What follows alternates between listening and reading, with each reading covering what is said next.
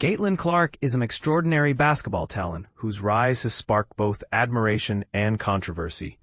Many see her as possibly one of the greatest basketball players of her generation, thanks to her outstanding impact in college basketball and her impressive early career in the WNBA. But here's where it gets controversial. Despite her undeniable skills and the surge in attention she has brought to the women's professional game, there has been noticeable resistance from within the WNBA community itself. Clark's emergence has significantly boosted the visibility of women's college basketball, and when she entered the WNBA, that spotlight naturally followed her. She shattered viewership records, drawing new fans and media attention. However, this surge in Clark's influence also created tension among existing players who have long worked hard to elevate the league. Some of these players have voiced concerns, arguing that no one individual should overshadow the collective efforts of all athletes in the league, emphasizing that every player deserves recognition.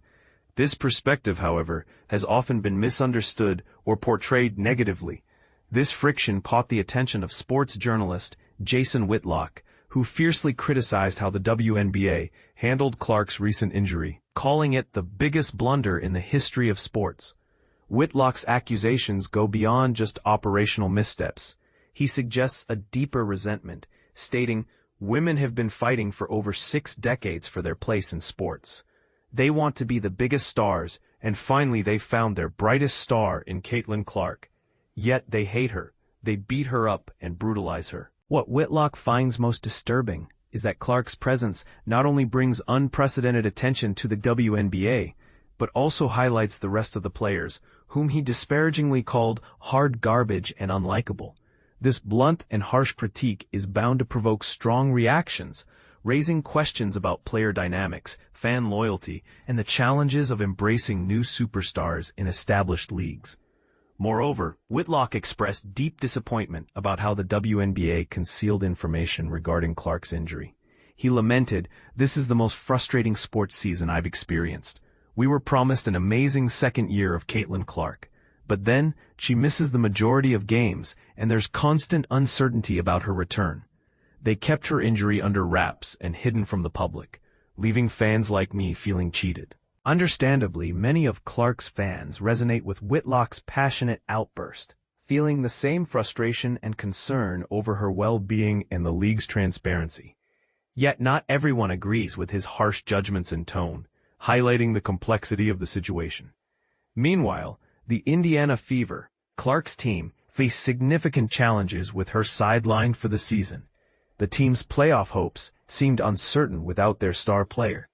But surprising many, the Fever clinched another decisive win against a Chicago Sky team missing Angel Reese.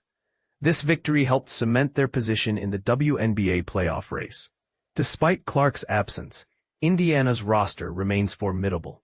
The addition of Sydney Colson from the Aces injected valuable experience and maturity into the squad. Clark's injury has also sparked heightened performances from players like Sophie Cunningham and Lexie Hull, who demonstrated remarkable resilience, especially Hull, who played through visible facial injuries. Recently, the Fever further strengthened their depth by adding Bree Hall from South Carolina.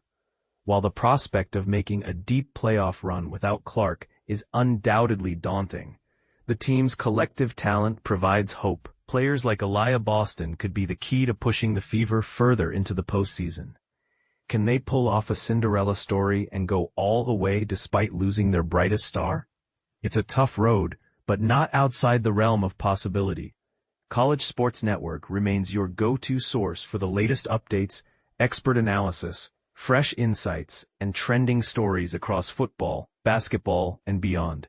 What do you think? Is the tension around Caitlin Clark's rise a natural growing pain for the WNBA? Or is it a sign of deeper issues within the league? And how should the league balance individual stardom with collective recognition?